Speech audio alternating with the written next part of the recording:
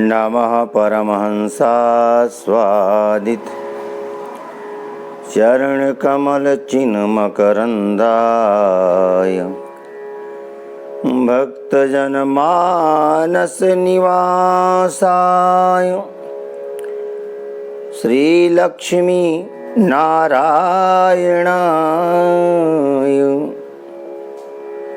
कृष्णाय वासुदेवाय हरे परमात्मने प्रणतक्लेश नाशाय गोविंदाय नमो नमः। बोलिए सच्चिदानंद भगवान की जय। सर्वेभ्यो देवेभ्यो नमः। सर्वेभ्यो ब्राह्मणेभ्यो नमः। सर्वेभ्यो संतचरणकमलेभ्यो नमः। श्री सद्गुरुचरणकमलेभ्यो नमः। मातृपितृचरणकमलेभ्यो नमः। जय जय श्री राधे। जय जय श्री राधे।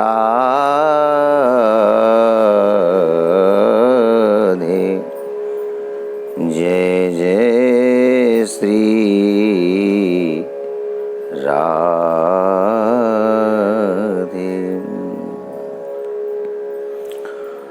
अनंत कोटि ब्रह्मांड नायक परात्पर जगदीश्वर अखिलेश्वर नंदनंदन भगवान श्याम सुंदर की वांगमयी प्रतिमूर्ति श्रीमद् भागवत महापुराण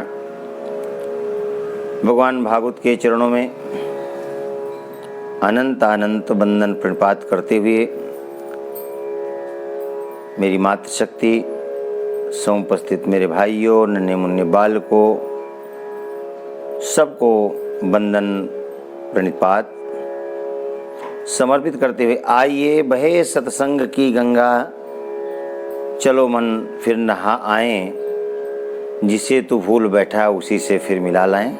आइए भक्ति रस प्रवचन धारा में गोते लगाएं। उससे पूर्व 2 बार राधा नाम संकीर्तन करते हैं, पश्चात कथा गंगा में आवाहन करके जीवन को धन्य बनाएंगे। हमारो धन राधा श्री राधा श्री राधा। हमारो धन राधा राधा राधा राधा राधा। हमारो धन राधा राधा राधा राधा राधा। हमारो धन राधा श्री राधा श्री राधा। परम धन राधा राधा राधा राधा राधा।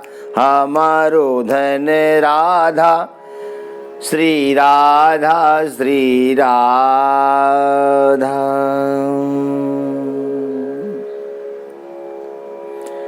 बोलिए बरसाने वारी की जय।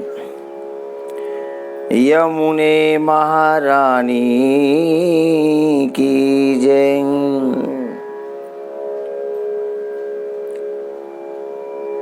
कल की कथा में आप लोग सुन रहे थे, ऋषि कर्दम तपस्या के लिए वन में जाते हैं, 9 कन्याओं का विवाह करने के पश्चात वनगमन करते हैं। आश्रम में भगवान कपिल और माँ देवहूति हैं। भगवान कपिल की 9 बहनें 9 ऋषियों को ब्याही जाती हैं और पिता वन के लिए जाते हैं। माँ अपनी भावना व्यक्त करती है, आप साक्षात परम पुरुष हैं और आप मुझे पुत्र के रूप में प्राप्त हुए हैं। हे भूमन, मैं अपनी इंद्रियों को तृप्त करते करते बूढ़ी हो गई, लेकिन इंद्रियां तृप्त नहीं हुई हैं। आप बताइए मन का बंधन कैसे होता है, मोक्ष कैसे होता है, आपकी प्राप्ति का साधन क्या है, योग के अंग कितने हैं, नरक कहाँ है और स्वर्ग कहाँ है, सांख्य किसे कहते हैं, जीव का बंधन कैसे होता है। भगवान कपिल ने कहा, मां पुत्र हो तो भगवान कपिल जैसा, पुत्र हो तो गोकर्ण जैसा। गोकर्ण ने अपने धर्म पिता आत्मदेव जी को उपदेश किया, प्रभु चरणों का अनुगामी बनाया, और भगवान कपिल स्वयं भगवान हैं। कथा के माध्यम से मां को अपने चरणों की रति का दान किया, बेटा भी बन गए और चरण कमलों का दान भी कर दिया। हम एक बात को कहा करते हैं, आज समाज में एक चर्चा प्रायः चलती है, समानाधिकार। समानाधिकार,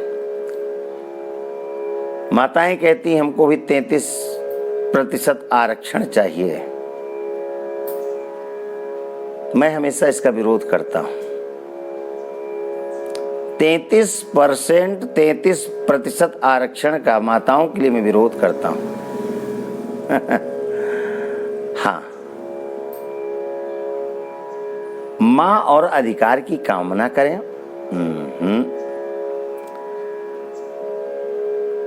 मां का सर्वाधिकार सुरक्षित है। बस केवल इतना करना है कि जो क्रम बिगड़ा है, जो मानसिकता बदली है, माताएं उस मानसिकता को बदलें। माताओं में वो शक्ति है, और इस समय तो वैसे भी नारी सशक्तिकरण का एक अभियान सा चल रहा है। यदि वे सब कागजों तक ही सीमित है, इस बात को हम अच्छी तरह समझते हैं। सत्ता पाने के लिए किसी बात को हल्ला करके और किसी को अपने फेवर में कर लो, ये चला आ रहा है समाज में। माताओं को आरक्षण लेने की जरूरत नहीं, सर्वाधिकार सुरक्षित है। केवल इतना करना है कि जैसे पहले माताएं कोई राम को जन्म देती थी, कोई कृष्ण को जन्म देती थी, या कोई भक्त ध्रुव को जन्म देती थी, भक्त प्रहलाद को जन्म देती थी, या तुलसी को जन्म देती थी, या नानक को जन्म देती थी, सूर को जन्म देती थी, या कबीर को जन्म देती थी, सुखदेव को जन्म देती थी, या भगत सिंह को जन्म देती थी। बस केवल विचारों में परिवर्तन।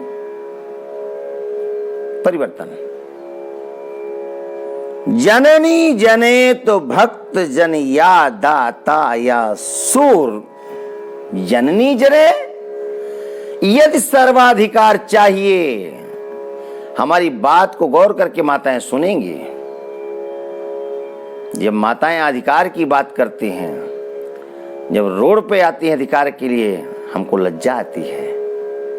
हम माताओं से निवेदन करते हैं, हमेशा अपील करते हैं। माताएं स्वीकारती भी हैं, लेकिन अभी हर जगह हमारी आवाज नहीं पहुंच पा रही। पहुंचेगी। जननी जने तो भक्त जन या दाता या सूर, नहीं जननी तो बांझ बल, क्यों खोती निज नूर। अधिकार चाहिए। 33% क्या होता है, घाटे में हो नहीं, कोई समझौता नहीं। इतिहास पढ़िए और पुराण पढ़िए। मां कौशल्या कहां अधिकारों की याचना करने गई थी? मां देवकी या यशोदा कहां अधिकारों की कामना करने गई थी, याचना करने गई थी?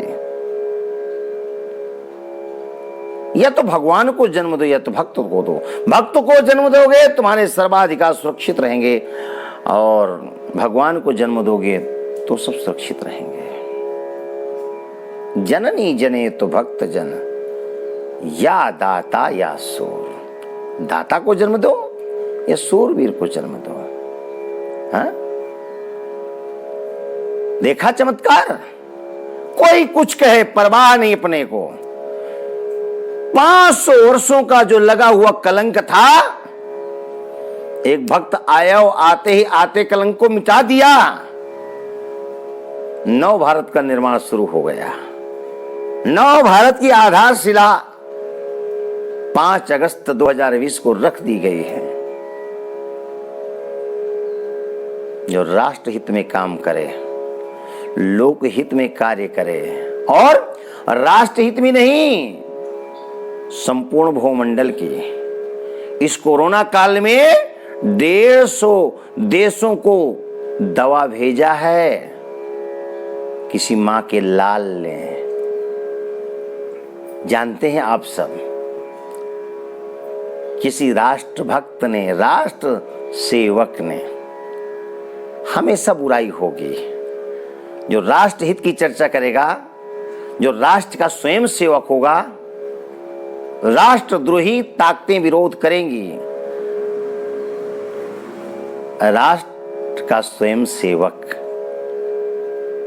और प्रधान सेवक,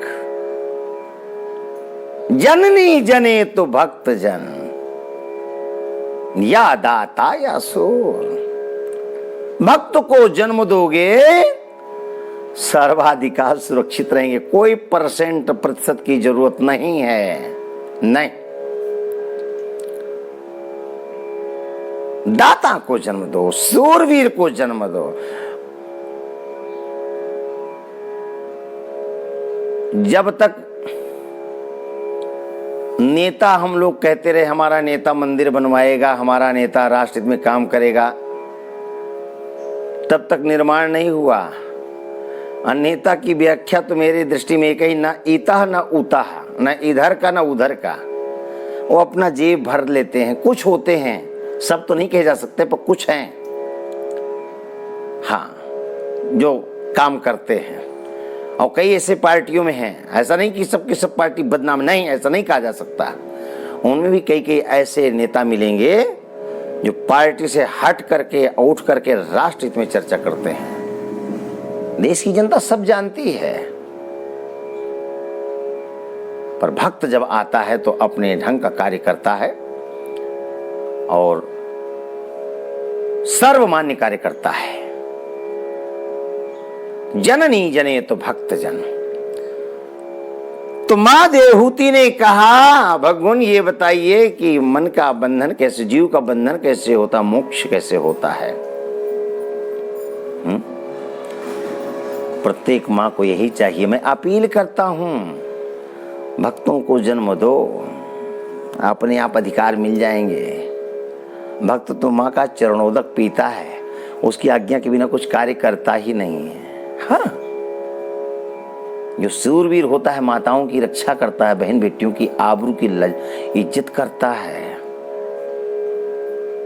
मां को पूछता है। तो मां देवहूति ने कहा, बेटा आप मेरे लिए भगवान हैं, साक्षात भगवान हैं, तो जीव का बंधन कैसे होता है। तो भगवान कपिल ने कहा, मां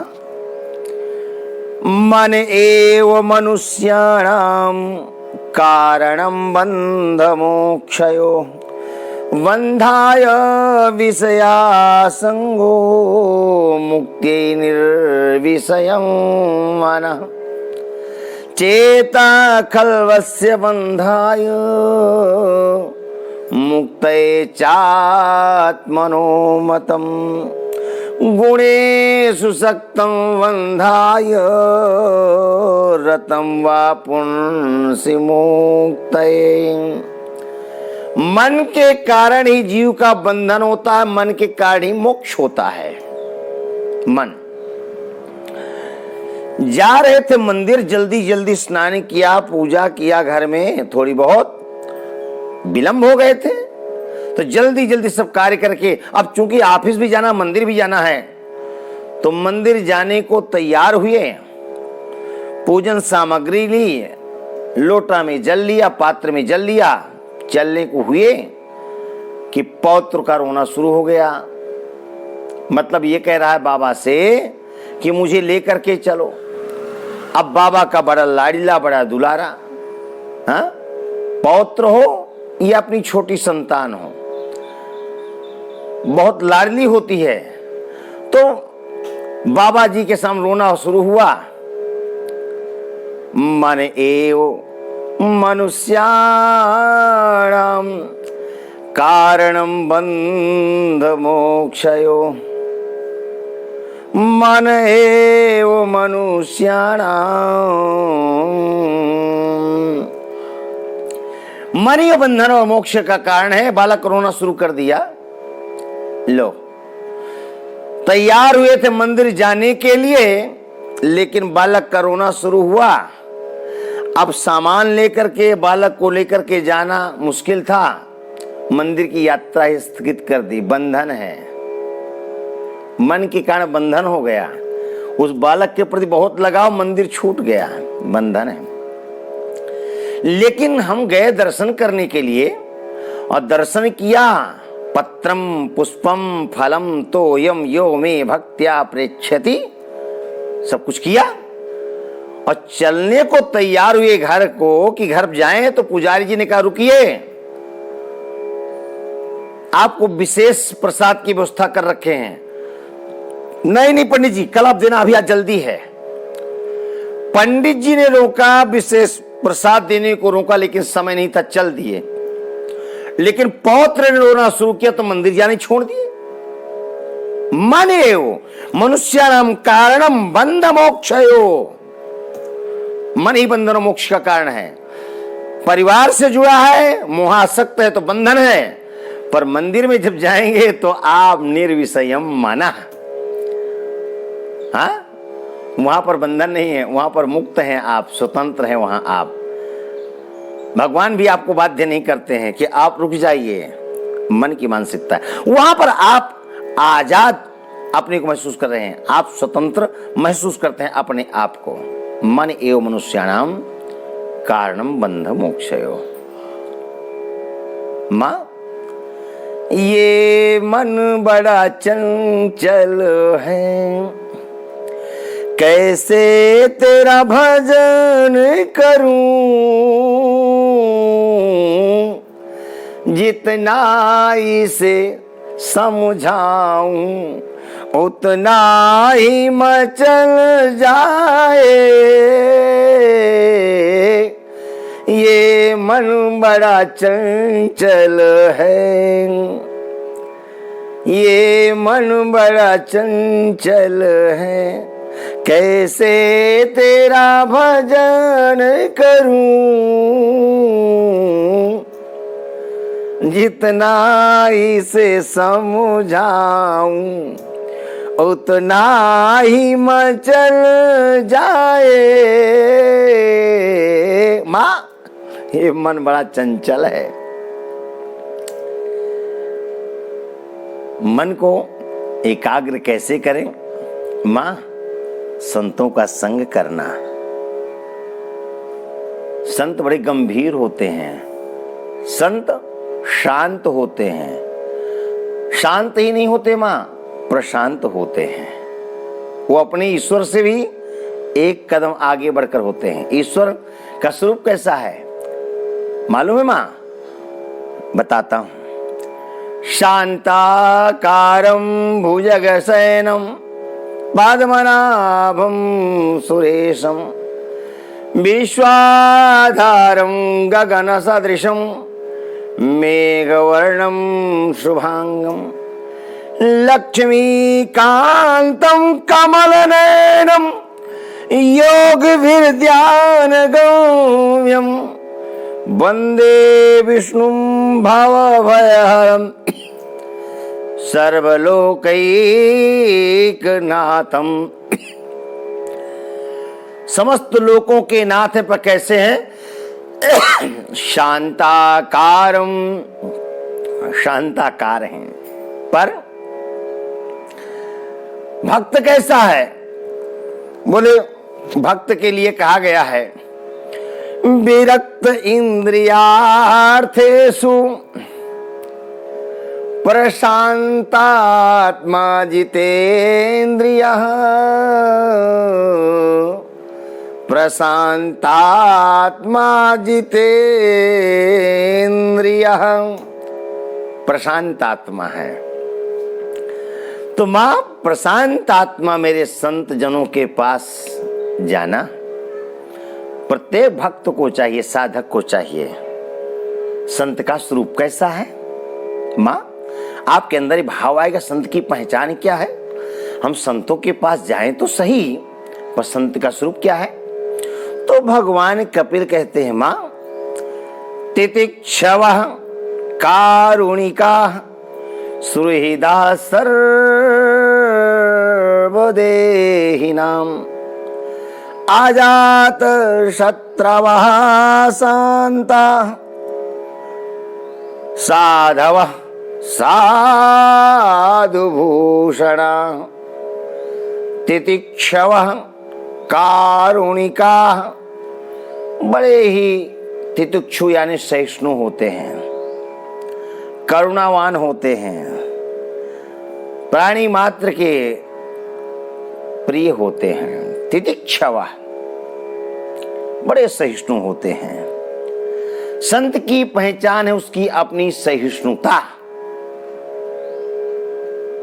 जिस प्रकार पृथ्वी में सहिष्णुता होती है उसी प्रकार संत में 24 गुरुओं कथा आती है। तो प्रथम गुरु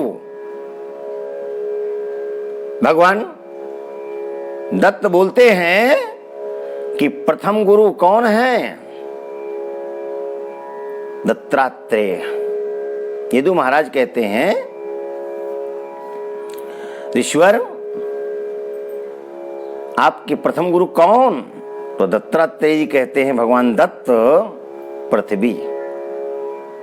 हाँ, तो संत की पहचान सहिष्णुता से है। उन्हें कोई कटु भी कहता है तो वो प्रत्युत्तर नहीं करते। हाँ, राधे राधे, जय श्री राम, जय श्री राम, जय श्री राम, कभी भी प्रतिकार नहीं सोचते। संत की पहचान है। संत कभी अहंकार नहीं करता, नहीं। अब आप कहते हैं फला अहंकार करता है, ये आपकी कमी है, हमारी कमी नहीं है। हो सकता है कि आपने किसी और को संत रूप में देख लिया हो। कालनी में भी तो संत रूप में ही था। हाँ, संत की पहचान है सहिष्णुता। बड़े महान होते हैं। एक कोई संत थे, नित्य जाकर के गंगा स्नान करते और ठाकुर सेवा करते, लेकिन जहां से जाना होता बस्ती होती निकल जाते। किसी से क्या प्रयोजन? अपना स्नान करते, सूर्यार्घ देते, पात्र में जल लेते, आकर के ठाकुर जी की स्नान कराते, ठाकुर सेवा होती, रसोई बनती, भोग लगाते, प्रसाद पाते, भजन करते। एक बार स्नान करके लौट रहे थे तो कोई दुष्ट ने निर्णय कर लिया कि आज बाबा को हम सताएंगे, इसकी परीक्षा लेंगे। अपने को संत कहलाता है।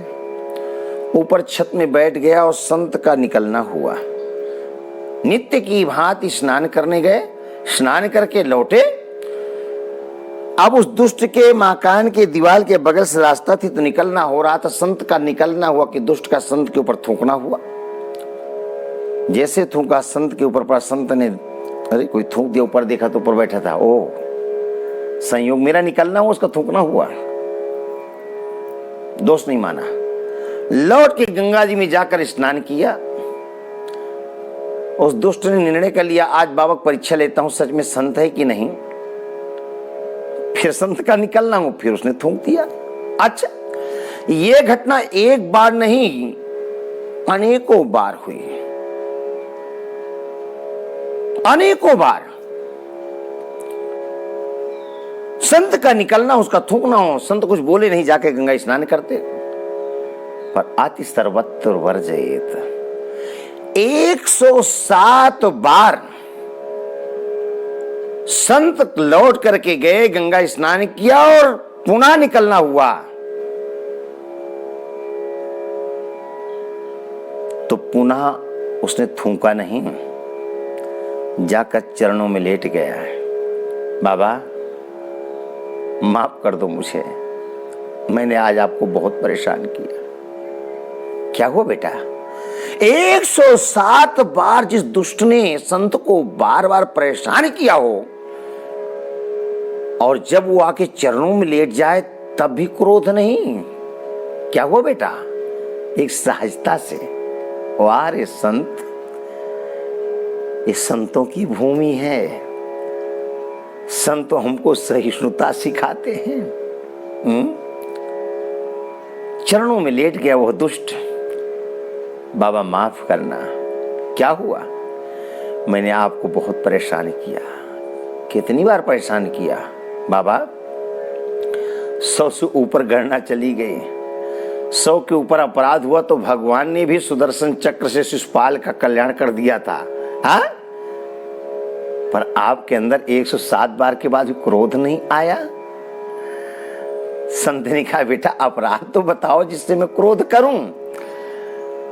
उस दुष्ट चित्त व्यक्ति ने कहा बाबा आज मैंने आपकी परीक्षा के लिए छत पर बैठ गया था। आज पाखंडी बाबा की यही भावना थी मेरी बाबा, पाखंडी बाबा की परीक्षा लूंगा, संत कहलाता है। देखता हूं आज संत का असली रूप प्रकट कर दूंगा। यदि समाज को नहीं बताया असलियत तो मेरा नाम भी फला नहीं। पर बाबा मैं तो दुष्ट का दुष्ट रह गया, पर आप संत के संत रहे। हाँ, मैं आपको नहीं बदल सका पर आपने मुझे बदल दिया। संत बड़ा सहिष्णु होता है, समाज को अपनी क्रिया के द्वारा बदल देता है। क्रिया के द्वारा समाज को सफाई नहीं देता। नहीं, हर इच्छा से सब अच्छा होगा। राम जी की इच्छा सब होगा। संतों की महिमा है भाई, महिमा है। बाबा माफ कर दो। अरे बोलो ना अपराध क्या किया बाबा? आज आपके ऊपर 107 बार मैंने जान करके पीछ किया, थूक दिया है। आपको 107 बार गंगा जी आज स्नान कराया, बहुत बड़ा अपराध किया। संत ने कहा क्या कहा? अपराध किया? अरे बड़भागी हो, आज मुझे तुमने 107 बार 108 बार स्नान करा दिया। ये तो मेरा अहोभाग्य। संत मैंने, संत तुम हो। तुम्हारे कारण आज 108 बार स्नान किया। रोज तुम्हें एक बार या 2 बार स्नान करता था। अपराधी नहीं, पुण्यात्मा हो। जो पुण्यात्मा होगा वही सत्कार्य कराएगा। तुम्हारी कृपा से 108 बार स्नान करने का सौभाग्य मिला। अवगुणों में जो गुणों का दर्शन करे उसी का नाम तो संत है। तितिक्षवः कारुणिका। संत लोग बड़े तितिक्षु होते हैं, परीक्षा नहीं लेना कभी। कारुणिका, बड़े ही करुणावान होते हैं, दयावान होते हैं,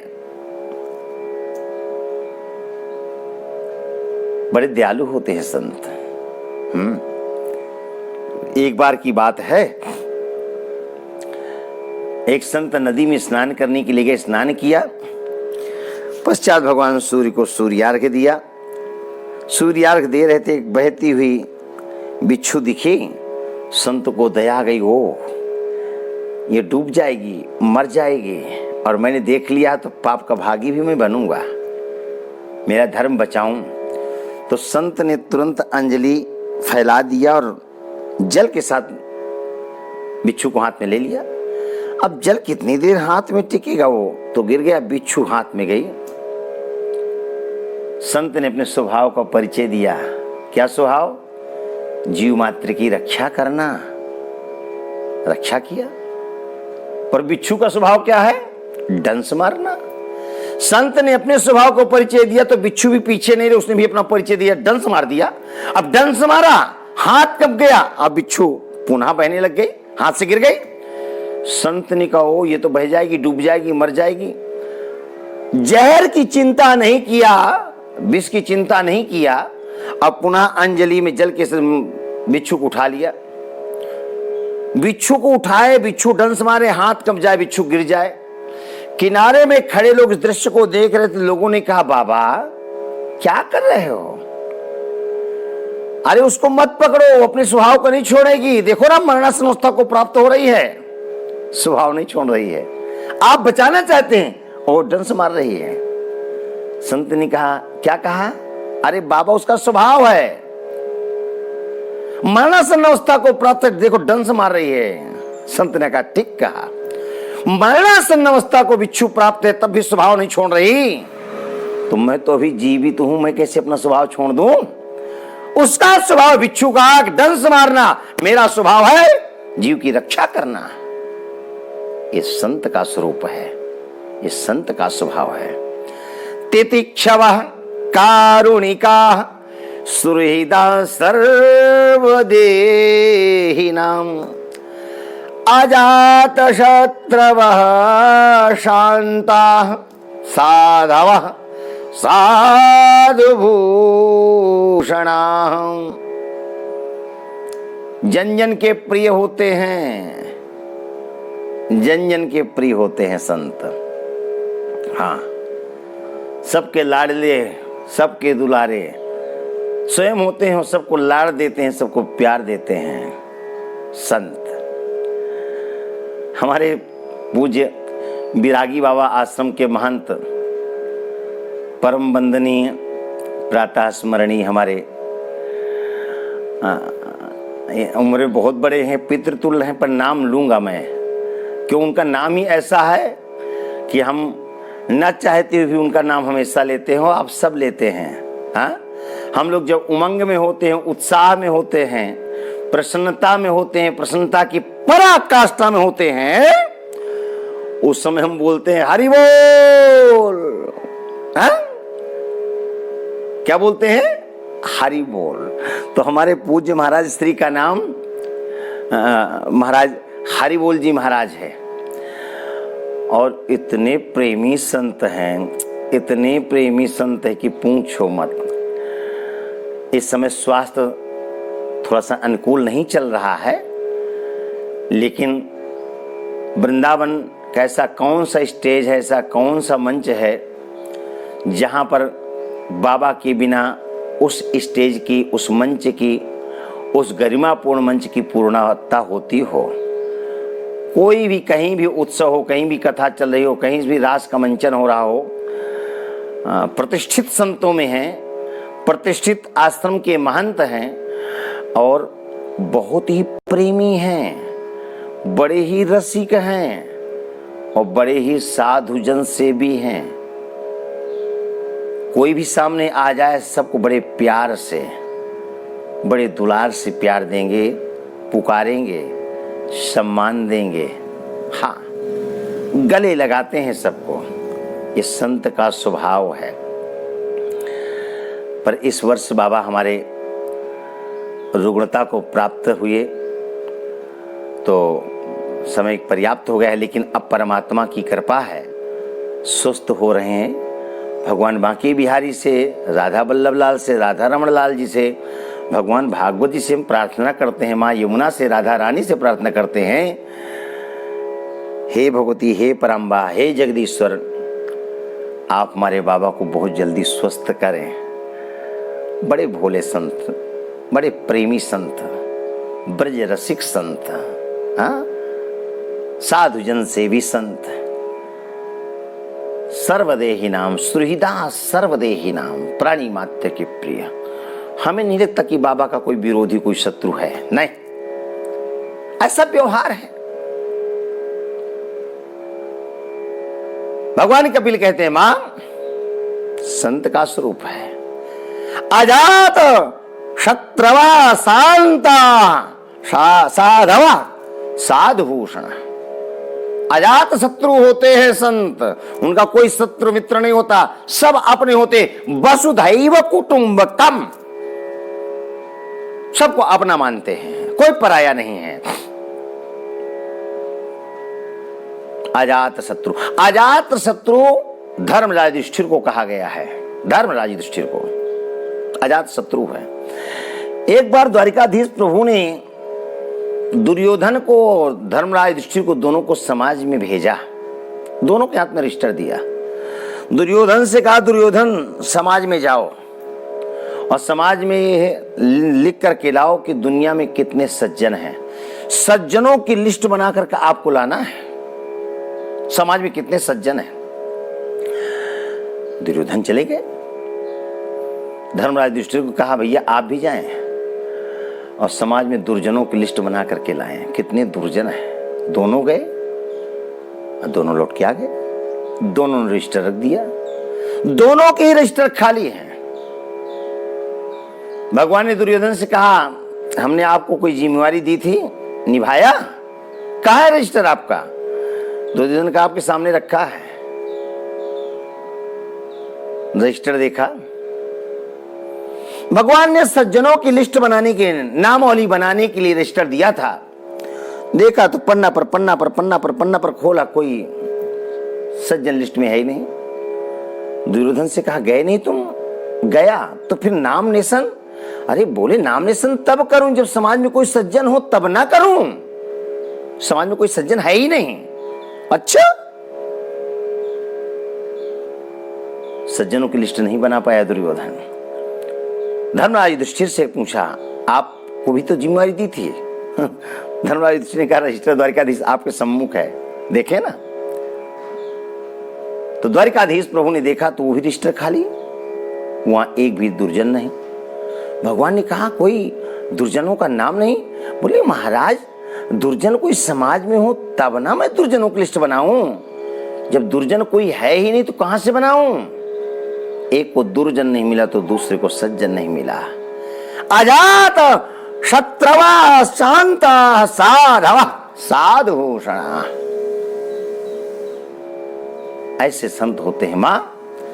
ऐसे संतों का संग करोगी तो निश्चित रूप से संसार सागर को पार कर जाओगी मां।